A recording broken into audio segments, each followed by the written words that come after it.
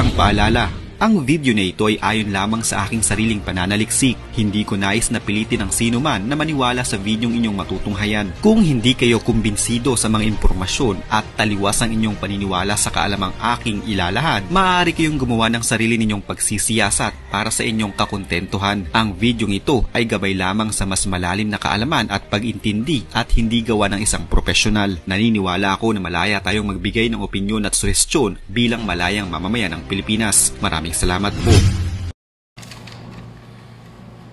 Magandang umaga, magandang hapon, magandang tanghali, magandang gabi.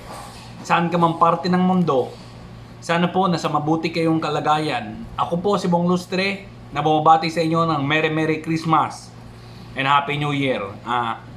Ako po ang inyong pambansang geologs ng Pilipinas. Ako po yung nagsasabing pag walang knowledge, walang power.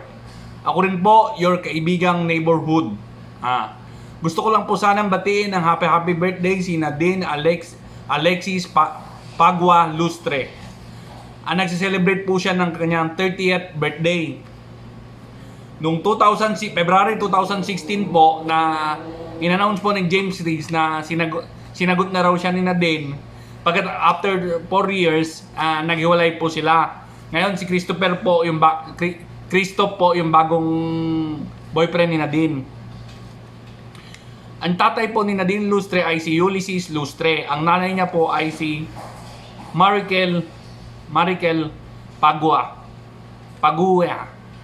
Kung naman ang basa dyan. Ang kapatid niya po ay si Isaiah Lustre, Ezekiel Lustre, at Noemi Alexa Lustre. Yun lang po.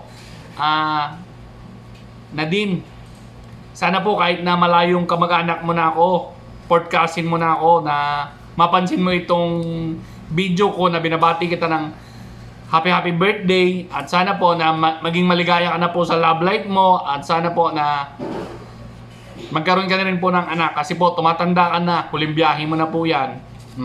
Happy birthday po ulit, Nadine Lustre. Sa mga makakapanood po nito, i-share nyo na rin po itong video na to at i-like. Batiin nyo na rin po sa comment section si Nadine Lustre.